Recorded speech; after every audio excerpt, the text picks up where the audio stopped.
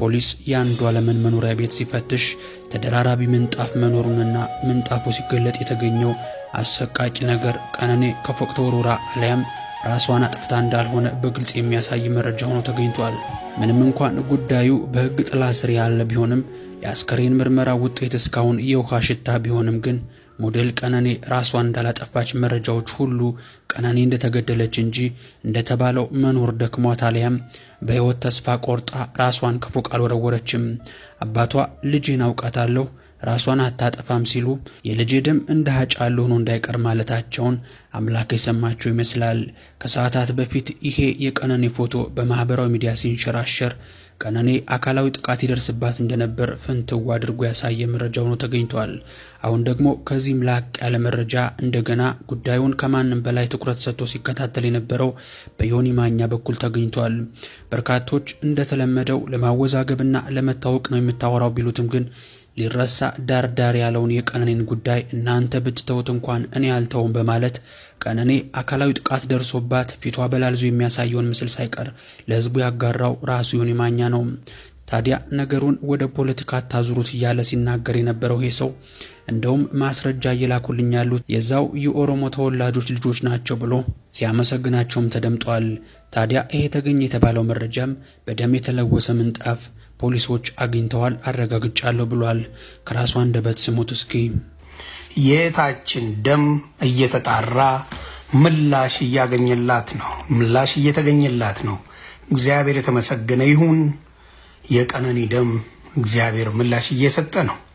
ለናንተ ስላልተዋጠላችሁ ልትደባበቁ የሞከራችሁ ሰዎች ትላንትና እንደሚደበድባት የበለዘ ፊቷን አውጥቼ ከፖስተትኩ በኋላ እንደገና ተመልሳችሁ ድምጽ እየሆናችሁ ነው። አመሰግናለሁ። ትላንትና ፖሊስ ሰፈሩን ባሰሰበት ጊዜ ለመጀመሪያ ጊዜ ሰፈሩን አስሶ በነበረበት ጊዜ እቤት ውስጥ የነቀነኒ ትኖርበት የነበረ ቤት ውስጥ ምን ተገኝቷል?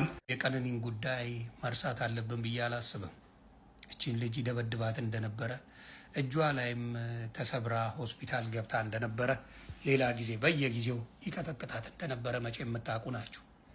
ግን እውነታውን ትታችሁ ዮኒ ማኛ ሐቁን ስለተናገረ ለምን ዮኒ ማኛ ትክክል ሆነ ሐቅ ተናገረ ከሱ ተቃራኒ መሆን አለብን ብላችሁ ሌላ ቪዲዮ የሰራችሁ እነ ዳልቻ የምትባል ከብትን ቁርጥ የምትባል መርዘኛ እነሱ የዚችን ምስኪን የዚችን ንጹህ ነፍስ ምን አድርገዋል? ህይወቷን ደብቀውታል።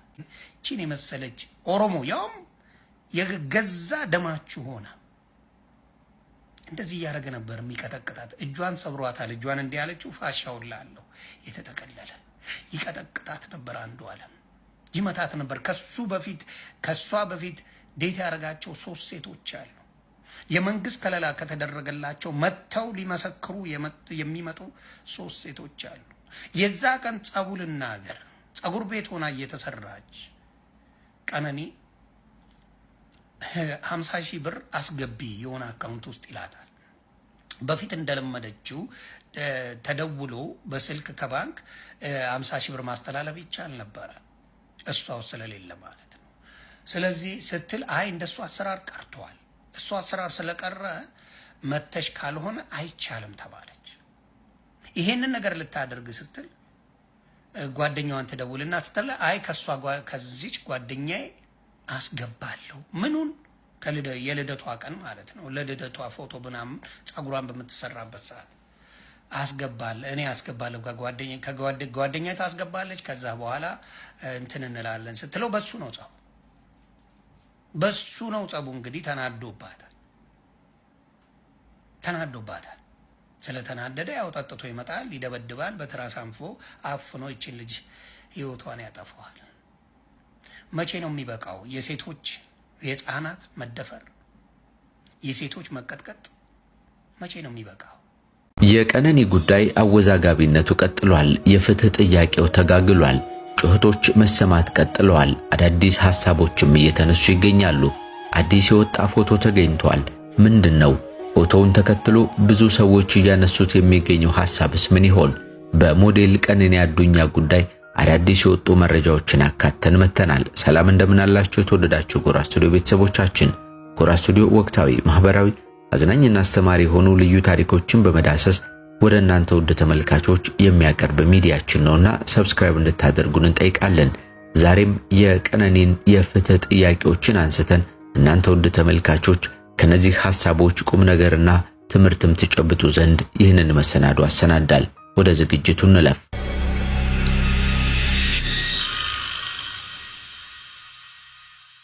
ተራራ የማይጋርደው በፌሚኒስት ነን ባዮች ጋጋታ የማይሸፍነው ጨለማ የማይደብቀው ሴት አመራሮችን አብዝተናል። ፕሮፓጋንዳ የማይጠግነው ከሚብለጨለጭ ሴት አርቲስቶች ጨረርና ትርኪ ምርኪ ባሻገር ለአልፎ ሄያጅ ሁሉ የሚታይ ስርዝ ድልዝ አለም። የጠባሳ ቁስል የቁስል ክምር ያልሻረ ህመም በጠባሳ ሰንበርና መስመር ሰርቶ ደብቆ ቀይ ደም የቋጠረ የግፍ ተራራ ከሩቅ ይታያል። አዎ በየጊዜው ሴቶች ላይ የሚፈጸም ጥቃት በዝቷል፣ ዘግናኝነቱም ጨምሯል።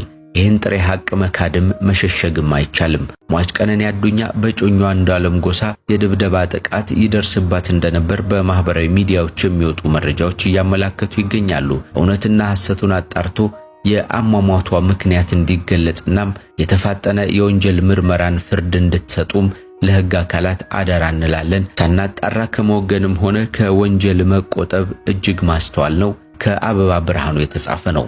ሞዴል ቀነኒ አዱኛ የማደግ የመለወጥ የመስራት ፍላጎት ጉጉትና ጥረት ነበራት። ግን በድንገት ሞቷ ተሰማ። እንዴት? ለምን? የቀነኒ አባት የቀብር ስነ ስርዓቷ ላይ ሁላችሁንም የሚጠይቃችሁ የልጄን እውነት አፋልጉኝ፣ እንደ ሀጫሉ ሞት ተደብቆ እንዳይቀርብኝ ነው ብለው ነበረ። ቀነኒ ከህልሞቿ ጋር በድንገት ከተቀበረች ሳምንት ሆኗታል። በድንገት ሞቷን የተሰማው ቤተሰብም በሐዘን ውስጥ ሆኖም ፍትህ ይጠይቃል። ምንድነው የተፈጠረው ይላል። የፖሊስ ምርመራ ውጤትም እጅጉን ይጠበቃል። ይህንን ያለው ፋስት መረጃ ነው። Natuna arsa mafanal